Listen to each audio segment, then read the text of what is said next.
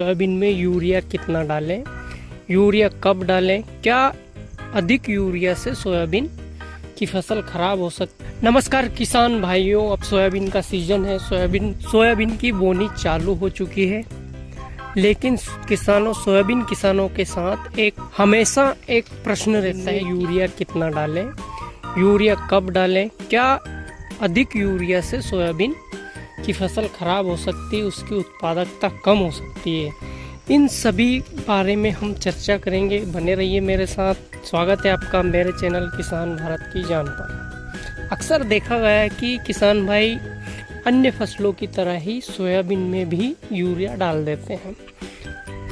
उनको ये नहीं पता होता है कि सोयाबीन में कितने यूरिया की ज़रूरत होती है, और सोयाबीन में जो यूरिया की ज़रूरत होती है वो स्वयं सोयाबीन का पौधा उसे कैसे पूर्ति कर लेता है। इस जानकारी के अभाव में किसान भाई क्या करते हैं कि अनावश्यक रूप से यूरिया डाल देते हैं। कुछ किसान भाई बीघे में 1 कट्टा डाल देते हैं, कुछ बीघे में आधा कट्टा डाल देते हैं, कुछ एकड़ में 1 कट्टा डाल देते हैं, जो कि सोयाबीन के लिए उसकी ज़रूरत के हिसाब से अधिक यूरिया होता है। वैसे हम देखें तो यूरिया की मात्रा हमें डीएपी में भी मिल जाती है 18%, और एनपीके में भी मिल जाती है 12-32-16 जो आता है उसमें 12%। सभी प्रकार के 20-20-0-13 में भी 20% हमें यूरिया मिल जाता है। तो किसान भाइयों बात कर लेते हैं सोयाबीन के प्लांट में यूरिया की ज़रूरत कितनी होती है। किसान भाइयों, अन्य फसलों की अपेक्षा सोयाबीन की फसल में यूरिया की ज़रूरत बहुत कम होती है। इसका कारण है, इसकी जड़ों में एक बैक्टीरिया होता है। जब आप सोयाबीन का पौधा बड़ा हो जाता है, उसमें फूल फल आने लग जाते हैं, तब आप देखना उसमें जो जड़ उखाड़ के देखना, उसमें छोटी छोटी गांठें टाइप की होती है। हर जड़ में बहुत सारी गांठें होती है। वो होता है राइजोबियम बैक्टीरिया। राइजोबियम बैक्टीरिया जो दलहनी फसलों में होता है, सोयाबीन भी एक दलहनी तिलहन वर्गीय फसल है, इसमें भी दाल जैसी बन जाती है, 2 फाड़ हो जाती है। तो इसमें क्या होता है कि जो बैक्टीरिया होता है, जो नाइट्रोजन वातावरण में उपस्थित होता है, उस नाइट्रोजन को अमोनियम में बदलकर उसे इस लायक बदल देता है कि सोयाबीन का जो पौधा होता है वो अपनी नाइट्रोजन की आवश्यकता की पूर्ति कर ले, उसे एक्स्ट्रा नाइट्रोजन की ज़रूरत नहीं होती है। इसलिए सोयाबीन की फसल में हमें नाइट्रोजन बहुत ही कम डालना चाहिए। एक्स्ट्रा तो डालना ही नहीं चाहिए।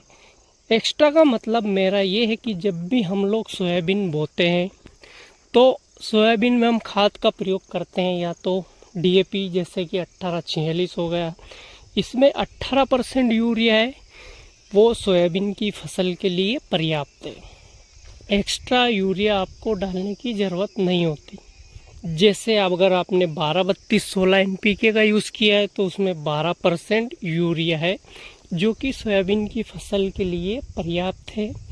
आपको एक्स्ट्रा यूरिया डालने की ज़रूरत नहीं है। यदि आपने 20-20-0-13 डाला है तो उसमें भी 20% यूरिया है। एक्स्ट्रा यूरिया डालने की आपको यहाँ भी ज़रूरत नहीं है। किसान भाई क्या करते हैं कि सोयाबीन बोने के बाद 10 दिन, 20 दिन या 25 दिन के अंदर यूरिया डाल देते हैं। इससे क्या होगा कि सोयाबीन की जो वेजिटेटिव ग्रोथ है वो हो जाएगी, उसके पत्ते आपको काले लगने लगेंगे, उसके पत्ते चौड़े हो जाएंगे।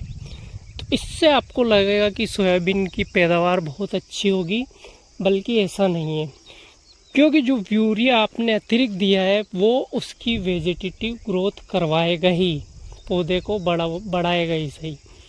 इससे होता यह है कि पत्तियां तो बड़ी बड़ी हो जाती है, लेकिन उसमें फल बहुत कम आते हैं, फूल बहुत कम आते हैं, और 3 फीट तक सोयाबीन की हाइट हो सकती है। कभी कभी आपने देखा होगा अनावश्यक रूप से सोयाबीन का पौधा बढ़ जाता है, जिससे होता है ये है कि उसमें फल कम लगते हैं, उसका उत्पादन कम हो जाता है। इसलिए हमें यूरिया डालते समय ध्यान रखना चाहिए।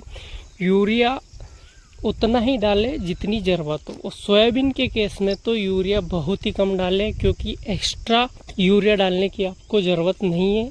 डीएपी में, एनपीके में, 20-20-0-13 में जितना यूरिया होता है वो सोयाबीन की फसल के लिए पर्याप्त होता है। अगर आप अतिरिक्त यूरिया डालते हैं तो उसके नुकसान आपको देखने पड़ सकते हैं। आपको सोयाबीन अच्छी तो लगेगी, लेकिन आप जब सोयाबीन आएगी, कटने लगेगी, तो उसका उत्पादन आपको कम मिलेगा।